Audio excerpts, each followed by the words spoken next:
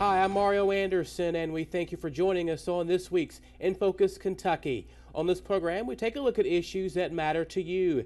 Each week, we talk directly to the lawmakers and community leaders who help shape policy and law that affects you. On today's episode, we're sharing how leaders in Kentucky's largest city are trying to address their $65 million budget shortfall.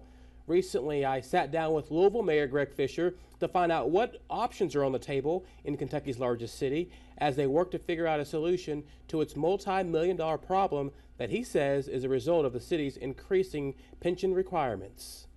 Let's first catch our viewers up to speed on why you and the Metro Council are having to consider the first tax increase in Louisville Metro's history. Why is this the point of discussion? Well, it's through no fault of the Louisville Metro Council or my office. I think everybody's aware in Frankfort that we've got a significant pension crisis, and it's good that the state legislature is taking it on. So cities and counties all over Kentucky are going to be facing the same situation.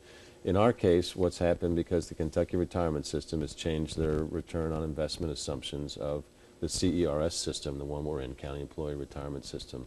That led to a funding ratio decrease from 63% down to 52%, just by changing it from 7.5% to 6.25% annual return. 7.5% is the national average, so got really conservative on that, and so that's led to a hole. And the Kentucky retirement system says, here's the pension bill that needs to be paid, and by law now we need to do that. And this particular pension crisis obviously affecting the entire state of Kentucky, Yep. but in Louisville, the city of Louisville, Jefferson County, a lot of extra eyeballs on the city of Louisville with this particular issue. And you've been very open about some tough cuts that you've been looking at the budget and figuring out what to do to address this. What are some of the ideas that you have in mind of trying to get ahead of this and moving forward to tackle this issue? Well, we've been talking about this issue since the middle of 2017 in my State of the City's address and my budget addresses to the council. So it's not a surprise that it's upon us. The actual number and the kind of decisions that people are needing to consider are kind of what's a surprise to folks. So we've put out a couple programs, right? All told, it's a $65 million problem for us over a 5-year budget period. It's $50 million related to the pension and $15 million of health insurance and some other related issues. So we're trying to look at a comprehensive solution. So we have $65 million of potential cuts to city services, and then we have a revenue plan or a tax plan on insurance premium tax. So, you know, with cuts this size, it can be quite dramatic. Remember, the city is a service business. City government's a service business. So that means it's people. And where do you go with most of your people costs? 2/3 of our people costs is in public safety. So in the 5th year, we're talking about up to potential 250 less police officers, closing fire stations, closing libraries, 3 less ambulances on the street, closing community centers, zeroing out community ministries. Most every aspect of our city will be touched by this. That's the all cuts scenario. And then the revenue scenario or tax scenario, about the only option we have is the insurance premium tax. So we're in kind of a double bind here in that Frankfort, through the retirement system, tells us what we have to pay, but then we don't have a lot of options on how to generate new revenue at the local level. So the insurance premium tax is the way to go that. Right now in the city, people pay 5% on their insurance premium lines, so it could be home, auto, what have you. So the way to pay for it through this system would be to increase those line items except auto insurance.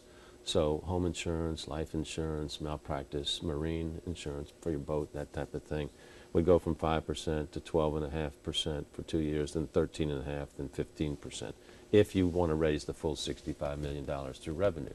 And then, of course, the other option is some combination of cuts and revenue. You obviously have been very active in the community out through the city of Louisville, talking with people within the city to gauge feedback, get responses. What are they sharing with you about, you know, the proposal and the options of having to cut back on public safety, but then adding in this insurance premium tax? What are you hearing from people out there? Well, it's frustration. You know, how did we get in the situation that we're in right now when we've paid our bill 100% of the time? So it's explaining, you know, the pension actions from the retirement system. And then it's like, okay, now we got to deal with reality, like a lot of people have had to around their kitchen tables as well. So having that tough conversation around how do we prioritize our services, how much do we want to invest in them? People comment about the great momentum our city has, and just in these last 4 years, 80,000 new jobs, 2,700 new businesses, $13 billion in construction. So they see all that momentum going on, and they're like, well, we don't want that to stop. So do you look at taxes as a bad tax word, or you look at it as an investment to keep the city momentum going? What you're talking about is, let's say if you owned a home, $150,000 to $300,000 value home or so, your increase on your home insurance would be about $12 to $13 a month. Of course, not everybody has a home of that value. Some people have more of a home value. So, it's kind of like, what's the least worst choice here, or combination thereof? So people get that. They're not happy about it. I'm not happy about it either, but the reality is we've got to pay this bill that, through no fault of our own, is coming due. There's more to come here on In Focus Kentucky with Louisville Mayor Greg Fisher. But while he has a proposal to tackle the city's budget issues, there are some on Louisville's Metro Council who have their own solution. Well, I think that what is being considered now, there are several options on the table. I've been very clear that I can only be interested in a reduction and revenue type model. You'll hear more from them coming up after a check of your weather on the ones.